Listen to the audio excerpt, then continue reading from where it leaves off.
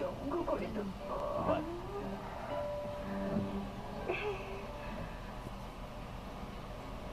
তুমি এখানে?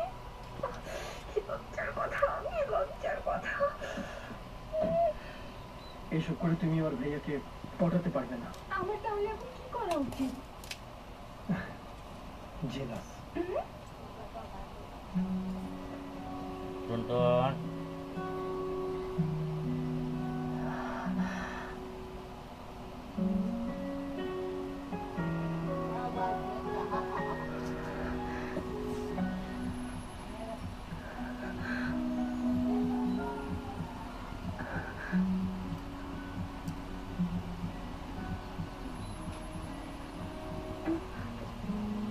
কি করবো আর, মুরগি মাংস না পাইলে চাল তুই খাইতে হইব। আমার কপালে তো চাইল আর শাক খাইতে হইব।